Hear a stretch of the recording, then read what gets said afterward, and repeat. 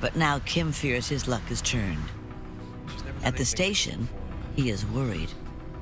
She always answers her phone, she answers her texts. I don't know what's going on. When you have a loved one missing, your mind goes in a million directions. You imagine every bad thing possible. What's up, Panic Fam? I'm Hannah. And if it's 2 a.m., the lights are off and the popcorn has gone cold, you know, it's Panic TV time. Welcome.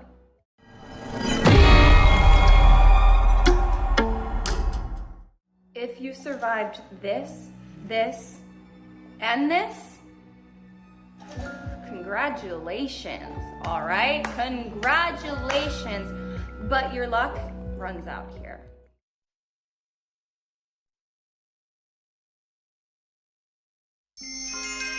Once upon a time, Sandy Ozment and Kim VanPelt download their online romance and log into a real-world marriage. It was like love at first sight. It's a dream come true for her. Oh my God. They were a perfect pair. You make us survive. But less than 2 weeks later, their love connection tragically times out. I don't think there is any words to describe the feeling that we felt. I was speechless. I was like, oh my God. I start crying, start freaking out. Oh my God. It was horrifying. There was blood splatter everywhere. Who do you think you are? The case was being changed from a missing person to possible homicide. For this couple, the honeymoon is over.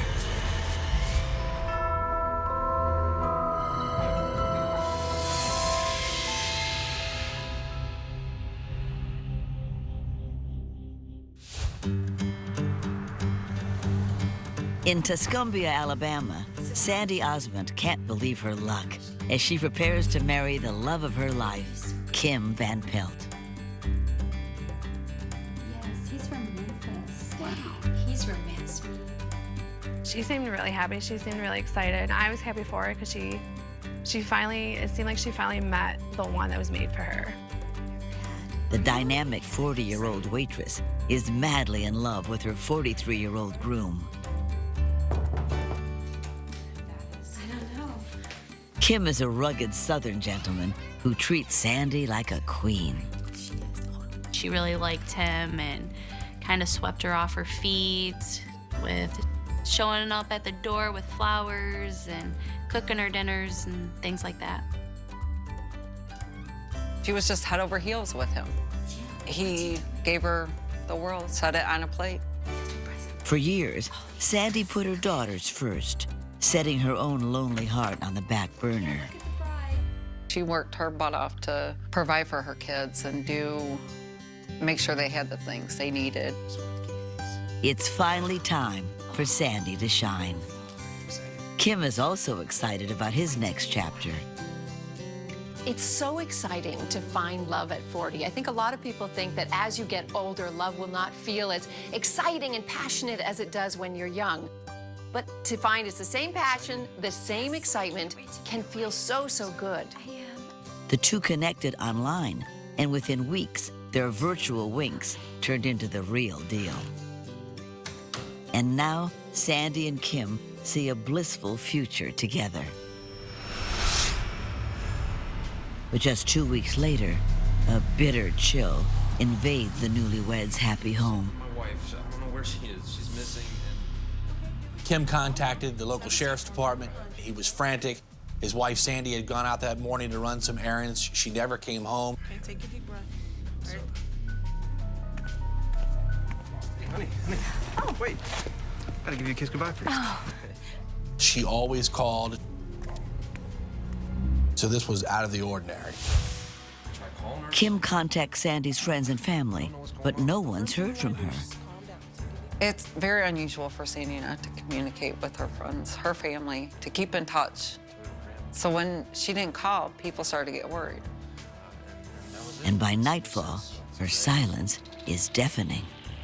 I really didn't know what could have happened. Maybe she was just out, nobody could just get a hold of her. It's possible her car could have broke down. What happened to Kim's beautiful bride? so soon after they pledge their undying love. Sandy grows up in a small town outside of Detroit, Michigan. She marries her high school boyfriend and has 3 girls. But their young love doesn't last. When my parents got divorced, it affected her because it felt like she lost a part of her. She didn't esteem herself. But I knew it made her stronger. Despite her heartbreak, Sandy makes sure her daughters are top priority. My mom was involved with us in sports. She coached my little sister's t-ball. She played with her. She took �10𝙪𝙤𝙬𝙧 classes. She was there with dances for us, always there helping us get ready. The single mom also works as a waitress, leaving little time for romance. Sandy didn't really date a lot. She was focused more like on her job and her family. We were starting to grow up, and she was realizing, well, they're not going to need me as much, so maybe I should find somebody for myself. So in 2003, when a friend suggests Sandy move with her to Alabama, she takes a leap of faith. Sandy wanted to move to Alabama to get a fresh start. She wanted to see what else is out there. Her 2 older daughters stay behind with their father, but the youngest hops on board. My sisters were still up here, and she did hate that she left them here, but they were old enough to where they could do for themselves. They had everything situated that they wanted to be in Michigan, and they knew my mom wanted to be in Alabama, and they had no problem with that. I went with her because I didn't want her to go alone, and I loved it down there. In Alabama, they move into a new home, and Sandy quickly lands a waitressing job. It seems everything is falling into place. I think being in Alabama was the first time I've really seen my mom being happy. What's been going on? Nothing much. Have you found anyone new since you've been in this? She was determined to find love again. She was determined to find somebody to make her happy, who she didn't want to settle just to settle. She wanted true love. Sandy delves into the world of online dating, and it pays off. After only a few months, she meets a trucker named Frank. But soon after, Sandy ends the relationship. Frank was always gone. He was always driving all the time, and that's kind of what really tore them apart. She broke up with him because that companionship that she was looking for really wasn't there anymore. And then another bump in the road. I'm gonna miss you. Just a few months later, Deanna is homesick and decides to move back to Michigan. I still remember looking out the back of the car and just seeing her so heartbroken, like seeing her so sad. But she knew that's what had to be done at the time. It's hard for Sandy to say goodbye, but she understands. After me leaving, and even after Frank and my mom breaking up, I think that kind of made her a little bit more lonely, and she really did. She's like, well, now is the time. I can focus on one important part of my life, and that is trying to find somebody else that I can spend it with. She hops back online, still hoping to find the missing piece to her puzzle. Just one state over in Tennessee, Kim VanPelt is another lonely heart looking for companionship. He's raised in the South with 7 siblings. Kim didn't grow up in a very good environment. He says his father was abusive, his mother was an alcoholic, so it's not an easy environment to grow up in. Kim is determined to create a better future. He takes control of his life and joins the Navy. Oh, the military does something so well. It creates structure, it creates boundaries. And I think in Kim's case, this might have been something that he was looking for, if you will. He was ready to get out of the environment he was in and become a man. And he knew the military could make him a man. Kim travels all over before leaving the Navy. He moves to Memphis, Tennessee, and lands a job in construction.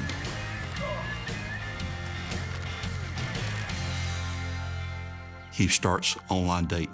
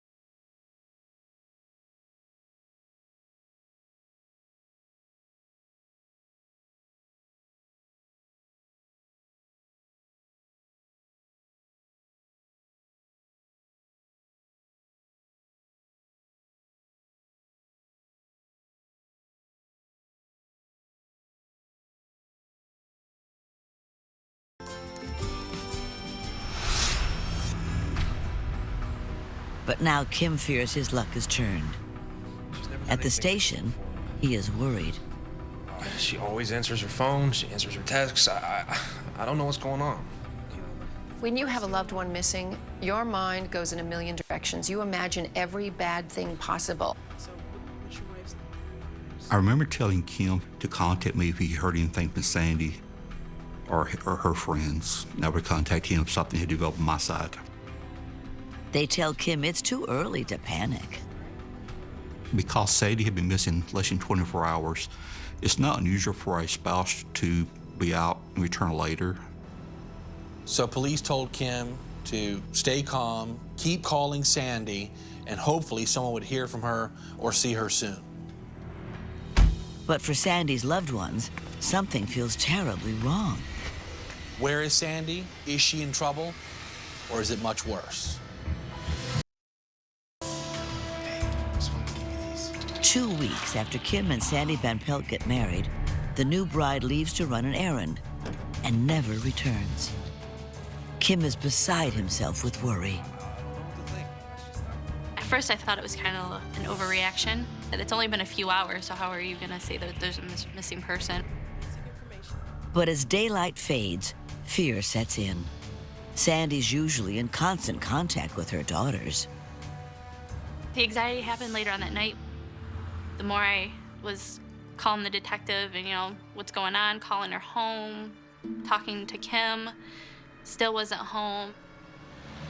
To suddenly have a close family member or friend just sort of fall off the face of the planet can be terrifying. Especially somebody who's really consistent. This is somebody who is a mother. This is somebody who checked in regularly with, obviously, work, because she was never late, and also her children. So it would have terrified them. Word spreads fast about her disappearance. She just would not up and take off. That just wasn't Sandy. Something wasn't right. As her friends and family wait for any sign from the missing woman, everyone prays she'll come home soon. Months earlier, Sandy's crazy about her new online match, Kim. He was funny, kept her laughing. Very, very nice to her, just very charming. I was happy she met someone, because she was alone down there, and she didn't want to truly be alone. My mom told me he was hopelessly romantic, just all around a great guy. Everything that she was looking for in a man. The more Sandy and Kim chat, the more they realize this is something special. They were both outgoing, liked travel. They both liked adventure. He liked to go camping, so that was another thing she loved about him. My mom said that he was kind of like her. He was just a happy person. He was upbeat. Sandy and Kim went very quickly into a conversation cocoon. They were talking daily, online and telephone. There wasn't a lot of static or interference from anybody else. It was just the two of them figuring out that they were a lot alike, and they grew a bond very quickly. After weeks online, they're both eager to finally meet in person. So on Labor Day weekend, Kim drives 6 hours from Memphis to Sandy's home in Alabama. She is excited and nervous. She probably tried on 100 different outfits before she picked out the right one because everything had to fit perfect. She was very nervous, excited, hoping maybe this would be the one for her. She didn't know which way would it go. Would it take off right away when they met in person, or would it go the opposite way?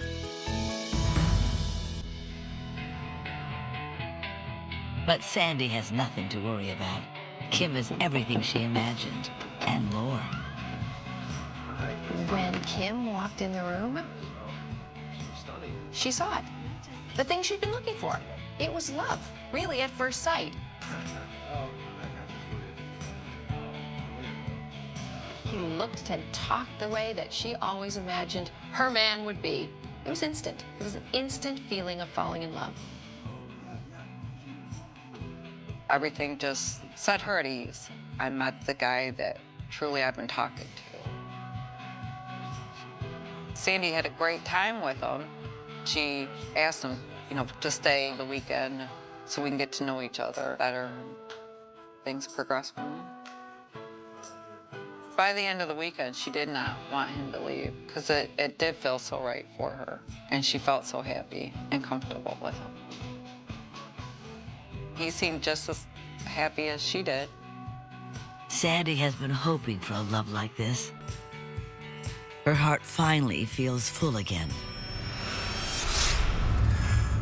But now, the once bubbly bride has vanished, and everyone is panicked. Not talking to my mom every day that's when you know something's wrong, because we would talk every single day, and there was no communication at all. It's been a while. Guess I'll call her. It was taking my turns with calling the detectives and calling Kim. Given an hour or so, calling again. My gut kind of told me something wasn't right. She's not answering. I'm really worried. It's been 24 hours since Sandy went missing, so deputies begin an official investigation. They ask Kim about the hours leading up to her disappearance. He explained to investigators the night before she vanished that he had cooked her favorite meal of steak and sauteed mushrooms. He drew her a bath, and then they went to bed. Early the next morning, she got up to run some errands. She never came back, so he then contacted authorities. Investigators have many theories.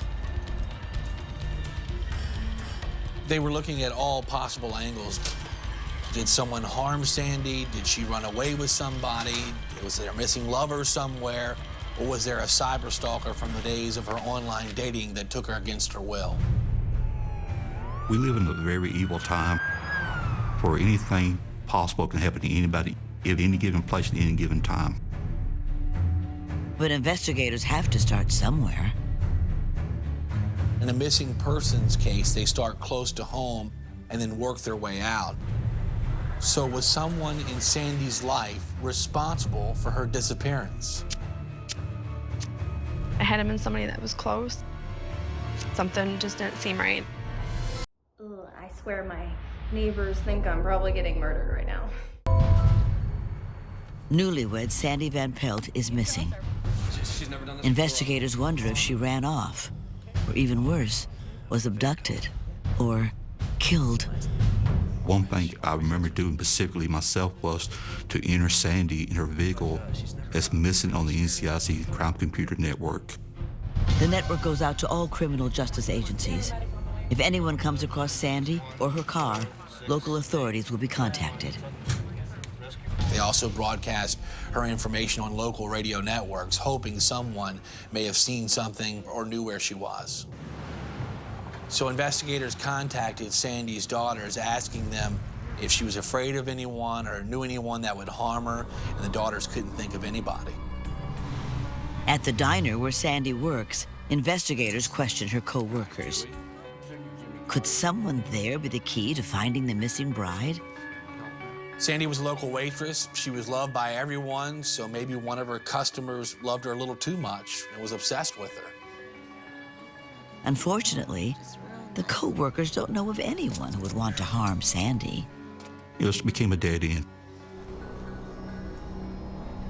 But finally, a break in the case. The sheriff's department finds Sandy's car near a truck stop. The car was located in the abandoned parking lot, less than a mile from the VanPelt residence. My thoughts were based on the location of the car being left there. It had been intentionally placed there, not at random.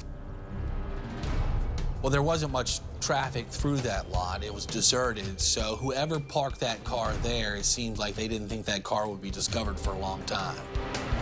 And then there's the field next to the parking lot. We also had some concerns with the north side of the parking lot. Grass and weeds are so tall. She could be laying 4 feet into the field. You wouldn't have seen her. Officers search the field, but Sandy is nowhere to be found. Found something. Inside her car, It's a can of soda and a pack of cigarettes. Sandy was a smoker, and she would never leave her cigarettes just laying there, so investigators thought maybe she was taken against her will, or she had meant to go somewhere for a short time and come back. Otherwise, she would have taken those cigarettes. and in the trunk, investigators find Sandy's clothing, the same outfit she was wearing when she disappeared. I really thought she was kidnapped. I thought somebody just came and took my mom. I just knew something wasn't right. I mean, to not have her socks and shoes, that's when I kind of knew something was wrong. Became very concerned that the case was being changed from a missing person to possible homicide. No other signs of foul play are found near the car, but officers have their suspicions. It indicated to me that whoever took control of Sandy VanPelt obtained her trust. Was she abducted by a truck driver? Did she have a jealous suitor who was mad at her because she had dated or married Kim VanPelt? What if it was one of her jealous ex-boyfriends that knew or followed her? I think we need to break up. Sandy's ex-boyfriend Frank comes to mind, but Frank lives hundreds of miles away. He was contacted. He had an alibi. Alibi was confirmed. So he also was eliminated as a person of interest in her being missing. Who could have possibly harmed sweet Sandy? And why can't anyone find her?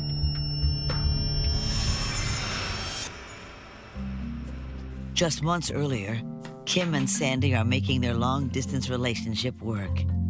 My mom and Kim did live in separate states. They lived around 6 hours apart, but they made an effort every week, every weekend to see each other. And there's no limit to Kim's sweet surprises. I remember her telling me one story about how he was supposed to be working and she got a knock on the door and he was there with roses. Kim promised Sandy the world. He promised her love, happiness, everything that she's ever wanted. I recall Sandy saying, "I found my Prince Charming." He was hopelessly romantic. My mom was very smitten. She was head over heels for him. The girls want to meet Kim, but although Sandy's in love, she's hesitant. She did want to get to know him better first to make sure that we would like him, we would approve of him, and just to see how it would go with us. Soon, Sandy is asked to transfer to another diner, only 150 miles from Kim. She's thrilled and immediately accepts.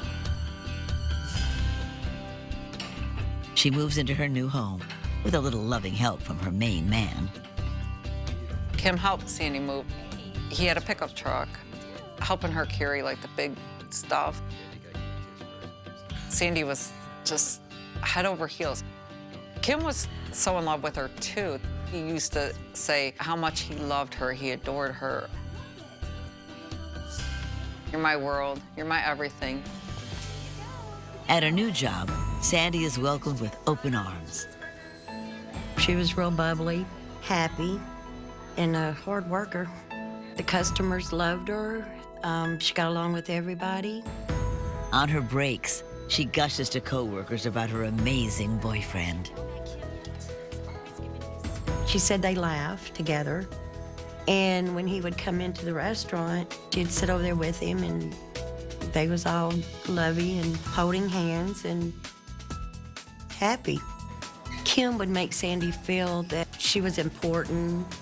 She was his number one, and like putting her up on a pedestal.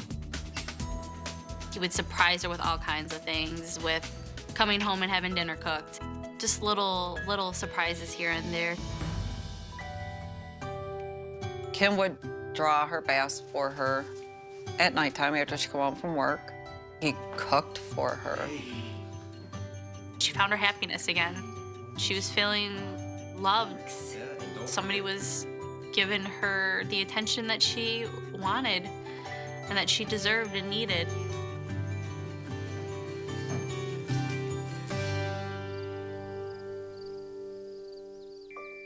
Ready for dinner? But before we go, I just got a surprise for you. After 1 month, Kim swoops in for the weekend. Will you be Mrs. VanPelt? Yes. And asks Sandy to marry him. She was in awe.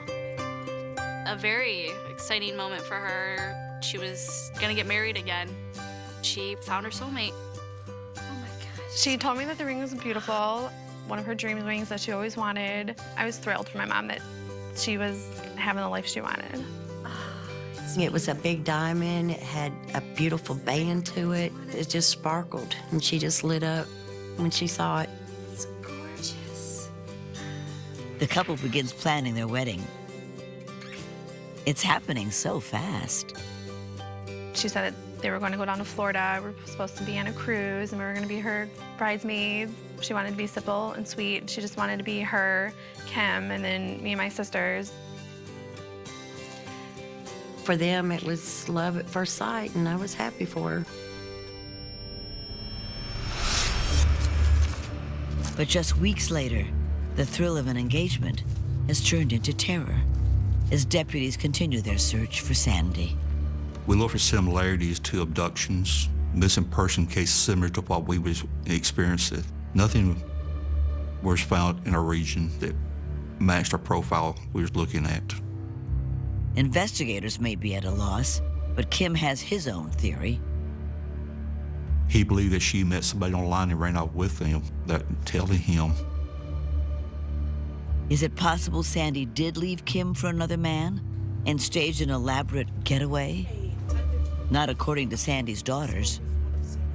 My mom wasn't the type to run off with another guy. If she wasn't happy with you and she wanted to be with somebody else, then she'd tell you that.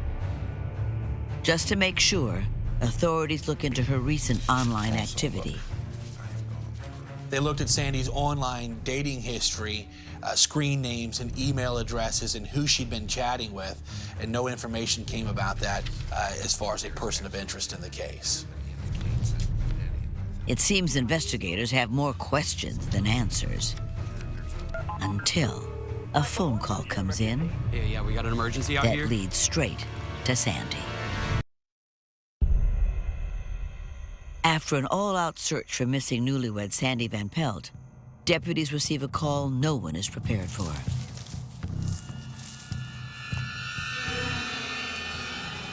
A nude female body has been found 60 miles from Sandy's home. Yeah, we got an emergency out here. The body was discovered by a person hunting adjacent to the county road. She'd been beaten, blunt force trauma on her face and upper torso. She'd been suffocated. Investigators fear this may be their missing newlywed. They asked me if she had any like marks or tattoos or anything, and I told him that she had a tattoo on her leg. Authorities match the tattoo. It's Sandy. I was numb. I was shocked. I didn't want to think it was really my mom. It's the worst moment of my life. I was in complete shock. Part of me knew it was coming, but part of me was like, there's no way this is happening. This isn't fair to me. This isn't fair to her. This isn't fair to my sisters. Felt like a nightmare.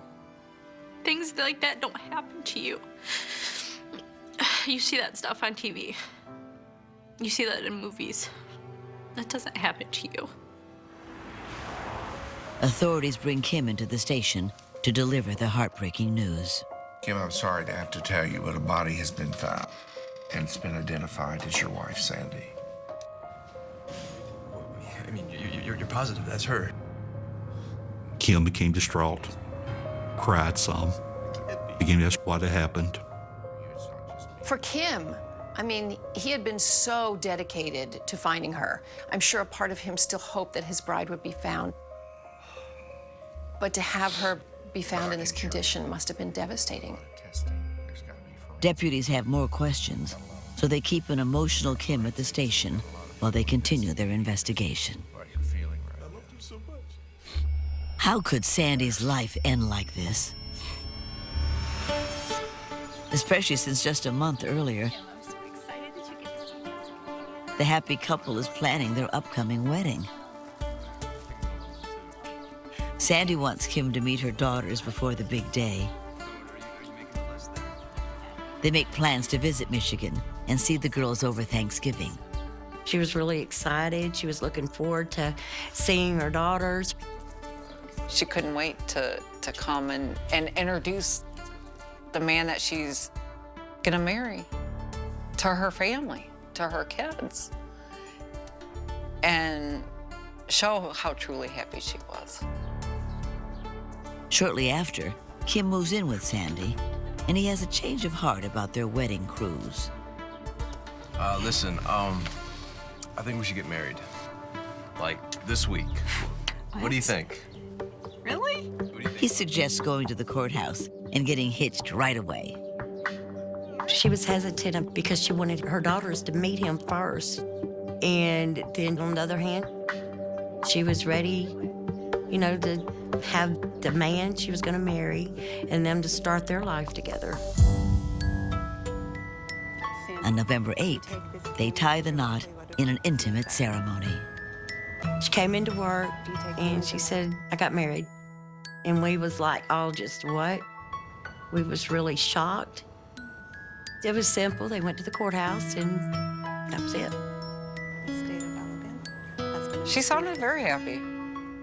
It was what she wanted. She was going to surprise her kids. Sandy tries hard not to give away her exciting news to the girls. She wants to surprise them in a few weeks during their visit. I could tell that she was happier about something, but I was thinking maybe it was, oh, well, I'm going to see my daughters. 3 days after the wedding, Kim shows up at Sandy's work. Hey, what brought you by today? Remember those insurance papers I was telling you about? Yes. She said that he had an insurance policy, wanting her to sign it. He stayed there probably about an hour, hour and a half. He wouldn't leave until she signed them. I need you to go ahead and read through it and sign it for me, okay? Okay. Can I look right. at it? Yeah.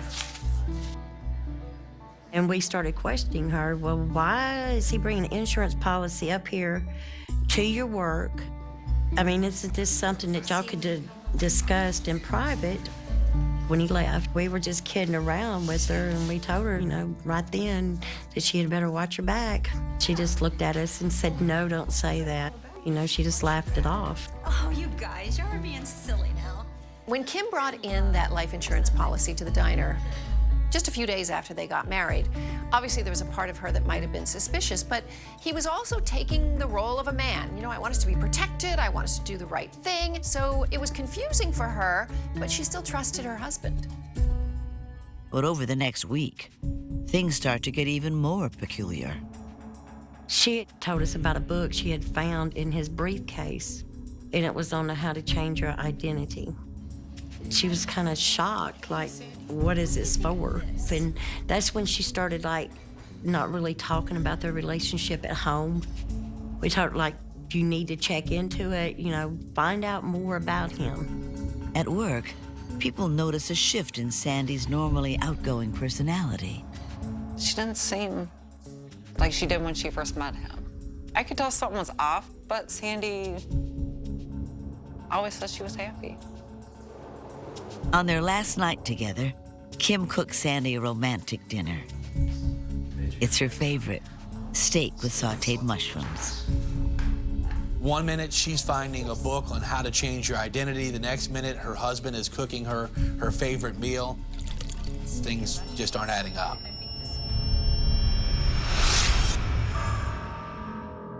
Throughout the investigation, it kept shifting back to the home. With Kim still at the station, deputies obtain a search warrant for the couple's home. It's the last place anyone saw Sandy. When they walk in, they notice the residence was absolutely spotless, and it smelled like it had just been cleaned. I've never encountered a residence that smelled that clean. It was too clean. In the garbage can in the kitchen, I discovered a receipt from a local retail merchant, time-stamped very late at night. The items on the receipt included cleaning supplies, stain removal, a mop, and the odor-eating candles. Kim, I need to show you something. Based on the discovery of the receipt and the fact that the home looked like it had been cleaned after Sandy's disappearance, We found it in your trash can. Kim VanPelt became the prime suspect. Authorities find a receipt for cleaning supplies in Kim and Sandy VanPelt's home. A timestamp on the receipt shows the items were purchased around the time of Sandy's disappearance. Had something sinister been scrubbed away? It showed intent to cover up the crime scene, trying to hide a secret. And over at the station, Kim, I need to show you something. the groom has been acting awfully suspicious. What is that?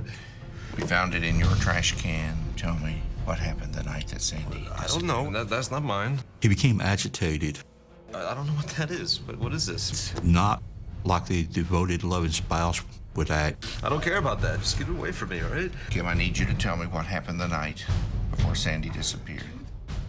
The tears that he was shedding Putting this off. was not like real tears of sadness, more of an act. Investigators have a strong hunch Kim is their murderer, and that he did the deed right in his own home. Based on the discovery of the receipt and Kim's reaction when he was informed of Sandy's death, the probable cause affidavit was filed, which he was formally charged with Sandy's murder. But deputies still need physical evidence tying Kim to the crime.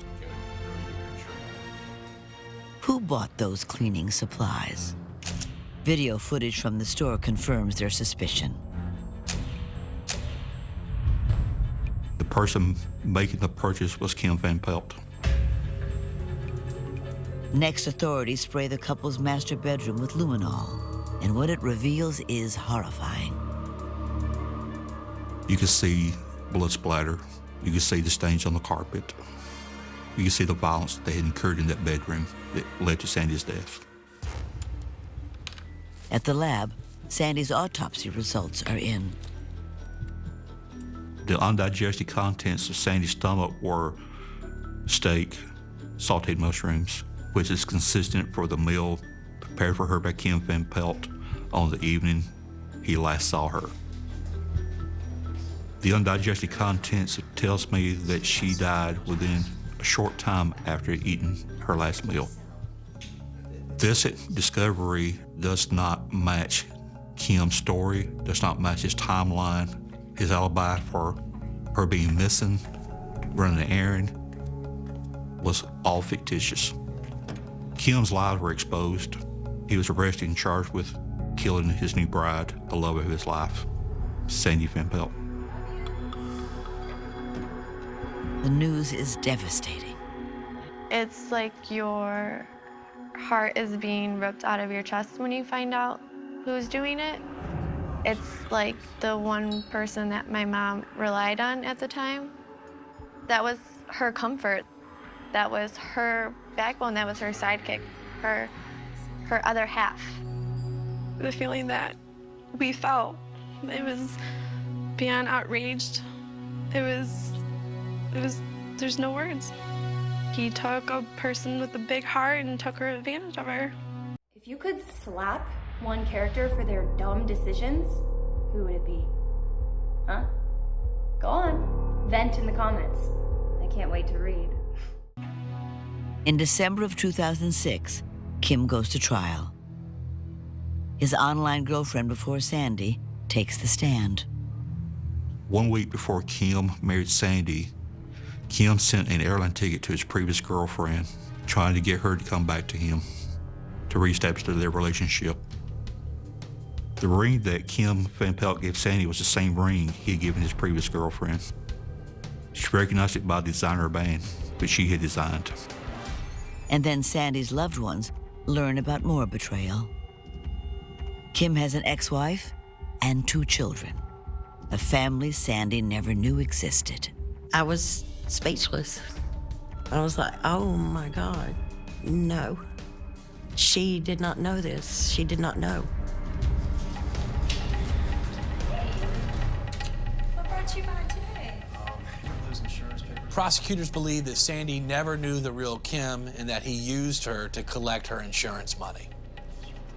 Within 3 days of their marriage, he had her sign the life insurance policy. Be honest. Did you watch the last scene through your fingers? Comment yes or no. Which set into motion a chain of events, which eventually led to her death. Kim was to receive over $200,000 over Sandy's death. Prosecutors lay out what they believe happened. After her last meal and sometime before dawn, Kim attacked. He was above her and struck her repeatedly and eventually suffocated her. Kim picked up Sandy's body, transported it in the trunk of her car to Marion County, Alabama. Then he took that car and parked it in that deserted parking lot, and they think he walked about a mile home, and later that day, that's when he reported her disappearance. It takes the jury less than 2 hours to deliberate. Kim is found guilty of capital murder and given the death penalty. I think he's a monster. I don't think he has a heart. I think he's just cold-blooded. I don't think he has any remorse for us girls. He took our mom away. My whole life has changed. I had the biggest part of my life taken away from me. He took away somebody that never got to see her grandkids. He took away everything. Sandy's loving memory will always remain alive in the hearts and minds of friends and family. I miss her voice, the smell of her perfume. Me and my son, my sisters will go to visit the cemetery, bring her flowers. I miss the I love yous. My mom didn't get to share my wedding day. I miss those moments that a mom should be there for her daughters. There's not a day that she's not on my mind. I know somebody's looking out for me, and I know it's my mom.